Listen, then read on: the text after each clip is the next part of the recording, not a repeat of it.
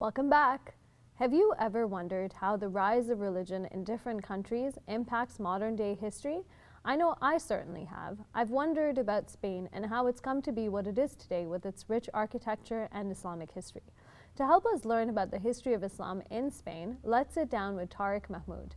Tariq is the founder and managing director of Andalusian Roots, a family-run business that has been organizing tours to Islamic Spain for over 15 years.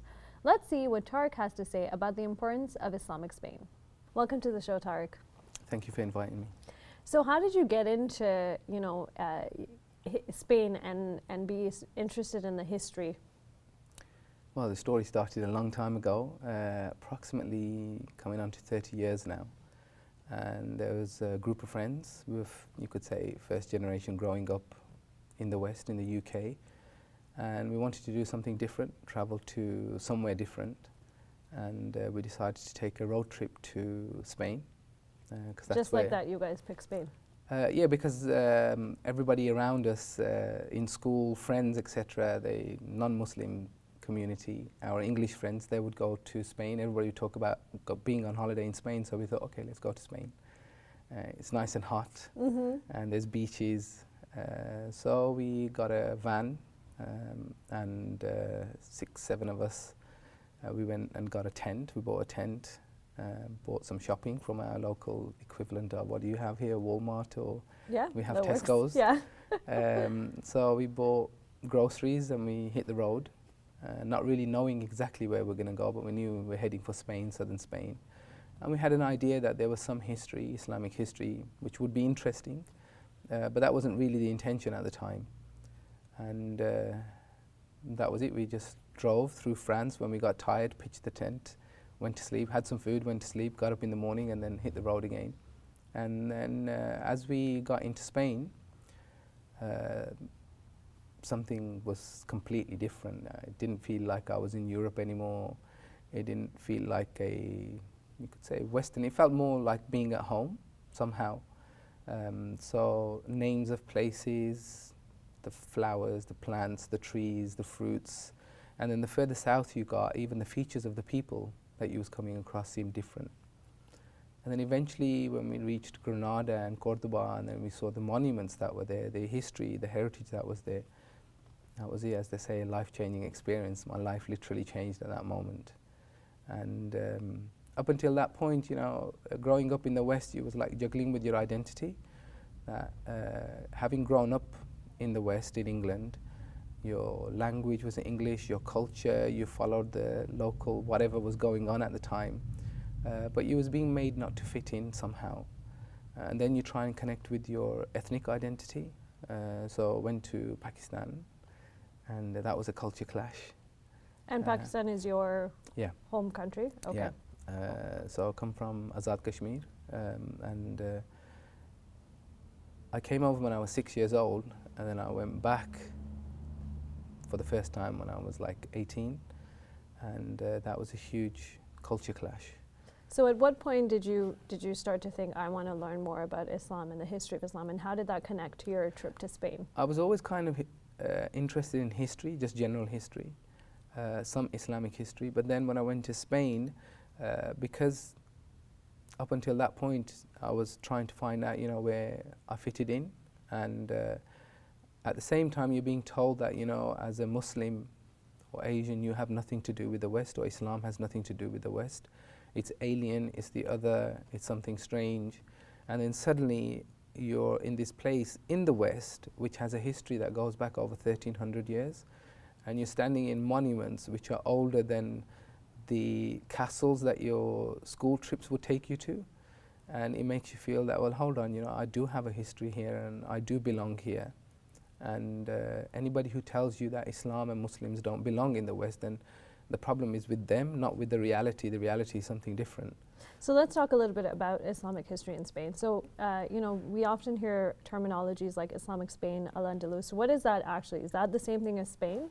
It is. The Muslims came to Spain in the year 711, and they took control very, very quickly of the whole Iberian Peninsula, which is Spain and Portugal. And then they were there for nearly 800 years ruling the Iberian Peninsula. And what would happen is, obviously, it's a long time, so the borders between Muslim Spain and Christian Spain fluctuated. So everything which was under Muslim control was known as Al-Andalus, Okay. and everything which was in Christian control was Hispania, which is Spain. And was it a strict segregation? So in Al-Andalus, you only had Muslims, and in the Christian Spain, or was it? No, not at all. From the very first moment that the Muslims arrived, the Muslims, Christians and Jews lived together, and this was a very unique period in Western European history, because nothing like this had happened before. For the first time, you had Muslims, Christians, Jews living together for nearly 300 years in pretty much, you know, in a very cohesive way. And they even gave it a name, this coexistence. They called it convivencia, which was a term for the living together. So they all thought of their society as one, although it was ruled by the Muslims, but it was one culture that developed, and it was an integrated culture between the three faiths, and they all considered it theirs.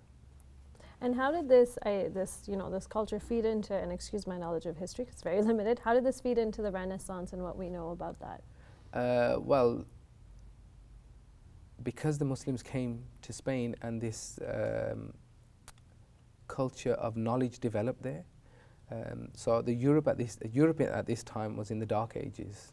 Everybody's familiar with the Dark Ages. Nothing was happening, superstition, lack of education, and the diseases, etc., that we hear about.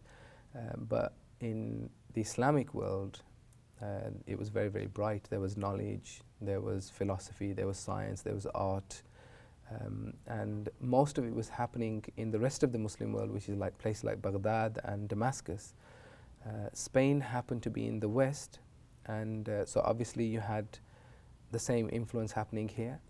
So how it relates to the west is when the Christian world the Christians started to take Muslim territory. So when a city like Toledo, for example, fell, they came across lots and lots of knowledge, ancient books on all subjects.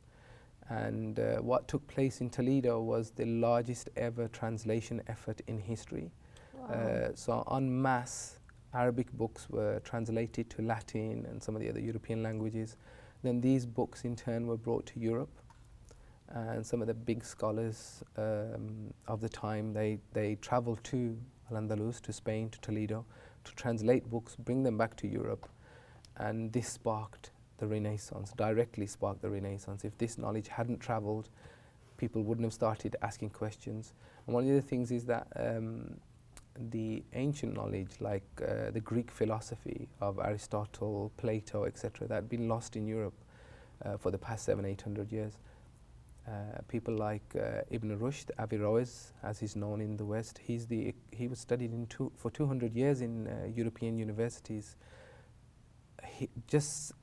His studies on Aristotle and Plato, his commentaries, his translations, so that knowledge was transferred directly from Muslim Spain also. It's interesting. I mean, I don't think you never really learn about this in history classes. What are some of the, I know you mentioned some of them, but what are some of the monuments, important, noteworthy monuments in Spain? Well, the two most visited sites in Spain, number one is the Alhambra, which is a palatial city, you could say, a city within a city. It was the royal palace, but it was a fort. It was the houses, the palaces of the royal family, their summer gardens, etc. So it's a palatial city. And then the second one is the Mosque of Cordoba, which was constructed in 785, so nearly just over 1,300 years old. One of the oldest mosques, one of the greatest mosques, and it happens to be in Europe. And they're still kept in shape to this day? Yeah, it's a cathedral now.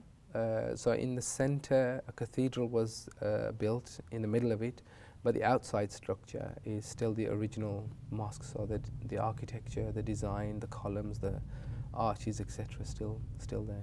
And what led the downfall of Islamic Spain? What led to the downfall? Obviously, you have like 750 years of history, so it's never just like one simple answer. Mm-hmm. We always look for that one answer, but I mean, the main thing was disunity amongst the Muslims. So civil war happened, and Al-Andalus, up until a certain point, was one entity with one ruler. And then after the civil war, it broke up into lots of separate kingdoms, 24, 25 separate kingdoms, each with its own individual ruler. And then obviously conflict starts, they compete with one another, outside influences start making an impact.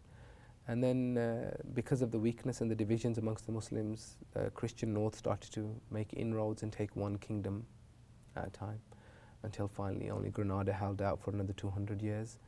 And then in the year 1492, that's when Granada fell also. I wish I had more time to talk to you, but unfortunately it's a TV show and we don't have that much time.